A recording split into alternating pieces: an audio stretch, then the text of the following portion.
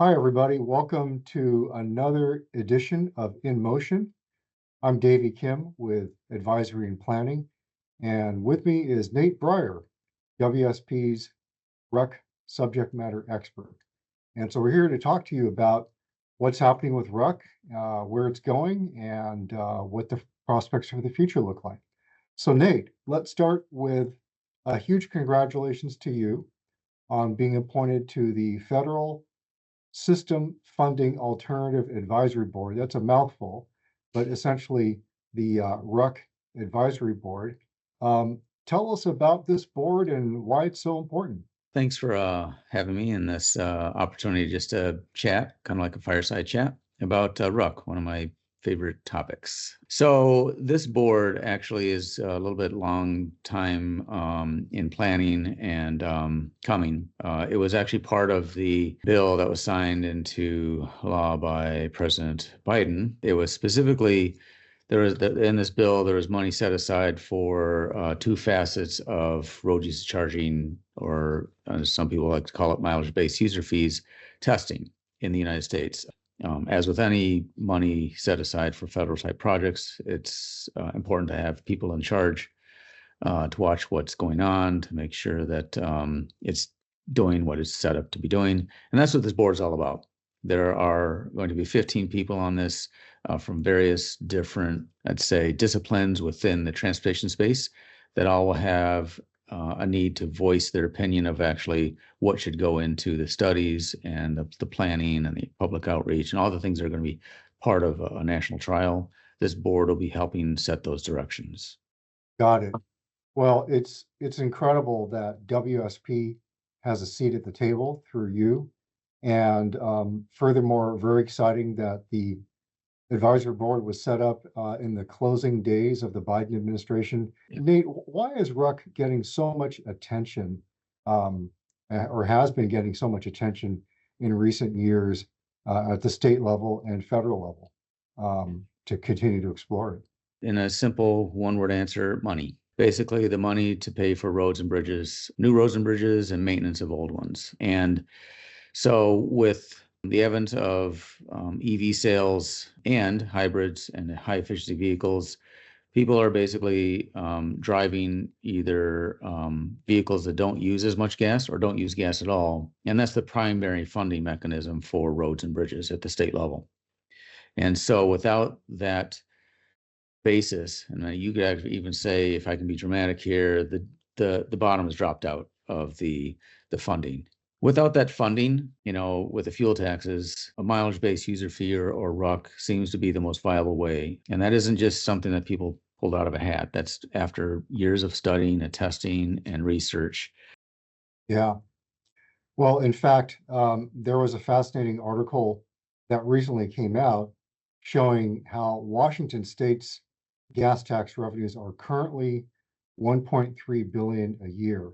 But according to their projections, it'll be less than 300 million by 2050. That's pretty startling. My goodness, states have a lot of work to do to make sure their revenue shortfalls don't become as dire as that of Washington State. And not to pick on them, because this is nationwide. Every state has this. Correct. Yeah.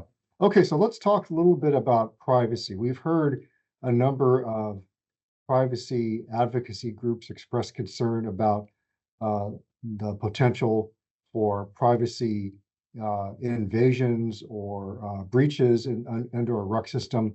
Are those concerns warranted? And what safeguards can be put in place to make sure those privacy concerns can be eliminated?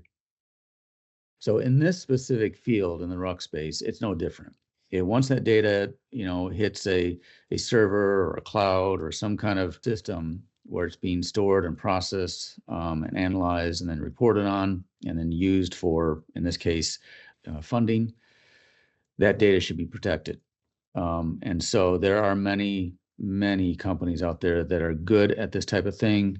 And that's where, we've been helping different agencies get up to speed on what are the different mechanisms they can put in place based on their capabilities and the systems they have in place But yeah, it will depend on the design and architecture of what you're putting together for a RUC program. But in general, the privacy and the security of that data should be taken very seriously. Well, I feel good knowing that you're on the forefront of addressing those issues, and others and other firms. And hopefully, with all of those combined efforts, we can collectively assure privacy organizations that there there are systems in place, mechanisms in place to make sure there are no data breaches, and that this will be an airtight system. Okay, so final question. I'm going to ask you to look into your crystal ball. Do you believe RUC is the way forward, is the future in terms of identifying and ultimately implementing an alternative revenue collection system? And if so, why? So, short answer is yes. I do think that RUC is the future. Some kind of usage pays model, I think, is the most fair and evenly based system that you could put in place. But the concept is sound, and I think the technology is there, and I think the public awareness is starting to go up of a need for a solution. And I think people, when they get aware of what the problem is and what the potential solutions are, they start to get on board and say, "Oh, this kind of does make sense. This makes sense from a fairness standpoint. It makes sense from a technology standpoint." Yeah. Well, I am really assured by the fact that recent public opinion surveys done by the Mineta Transportation Institute have shown that once people try RUC as a volunteer, most of them really like it. They like it. They like it for its simplicity, efficiency, ease of use, all of those things. And not surprisingly, on the flip side, people who've never tried RUC almost instinctively say, no, this is not going to work, and I feel uncomfortable with it. But so it seems to me the key is to get more and more people to try it on a volunteer basis, and they will change their perspective according to recent public opinion surveys. So I'm just hopeful that the momentum will continue, both on the private sector side, in government, state and federal government. Hopeful that the new administration in Washington will make this a priority and keep these efforts going. And same with members of Congress. Hopefully they will continue to raise their voice and Mhm. call for the need for a brand new system. So with that, Nate Breyer, thank you so much for Sure thing. sharing your expertise and time with us. And there's a lot to be excited about in the months and years ahead on RUC. So thank you. Very much. Yeah. Thank you too, Davey. Yep, thanks.